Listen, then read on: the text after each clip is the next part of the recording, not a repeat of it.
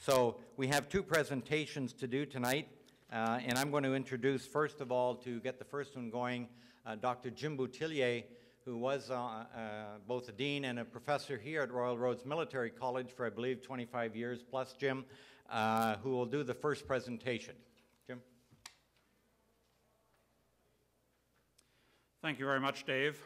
I have in my hands one of the great emblems of Royal Roads Military College. This mace represented authority vested in the Senate of the college to award degrees at the bachelor's, master's, and doctoral level. That authority derived from a Royal Roads Military College Act passed on the 25th of June, 1975. And in the 18 or 20 months thereafter, this mace was fashioned and used for the first time in the graduation convocation in May of 1977. The upper portion of the mace has 4 faces, and those faces represent symbolically, practically, emblematically, the 4 institutional phases in the history of this institution until such time as Royal Roads Military College closed. Initially, of course, in 1942, it was the Royal Canadian Navy College. That, of course, parenthetically, was at a time when the Royal Canadian Navy moved from 3,500 officers and men to 105,000. And their lordships were particularly keen to avail themselves of this establishment for training junior officers. Then, still later, in the 1950s, it became the Combined Services, or Joint Services, Royal Canadian Navy, Royal Canadian Navy Air Force College, briefly, and then it became the Combined Services College and remained so until 1968, and then became Royal Roads Military College. The college at that time was only a 2-year college and fed graduates from this establishment to Royal Military College in Kingston. In the mid-1970s, as I suggested, Royal Roads Military College received degree-granting authority, and the first degree graduates were in 1977.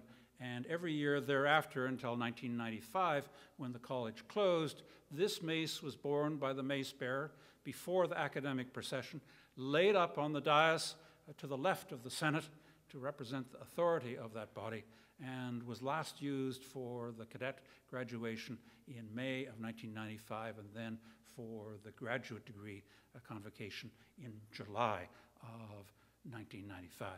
It gives me great pleasure indeed to give this mace over to my longtime professional colleague and personal friend, Dr. Stephen Grundy, the Vice President here at Royal Roads University. Stephen, please.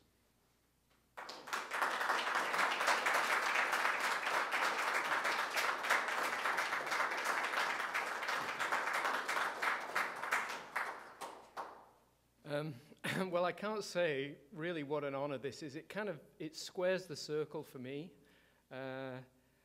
In the 1990s, I was a lowly professor at Royal Roads Military College, prestigious dean next to me, and the commandant sitting next to me. I was in the engine room of the military college.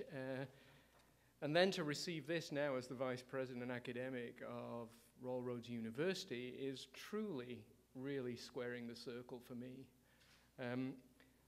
For those of you who don't know the role of the mace, it really is to keep order at convocation, so that if anybody gets out of line, there is a mace available to keep people in line.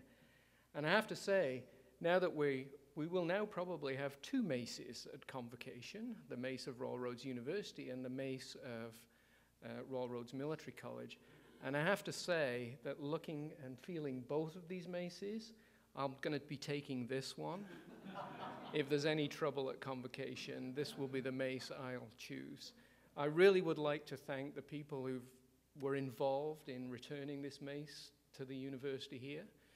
I know it's on loan, but we will look after it with great sensitivity. It will be on stage at convocation in respect to our history, and also with respect to all the military officers and personnel who come through our programs now. This will be a mark of respect for them. So again, thank you very much.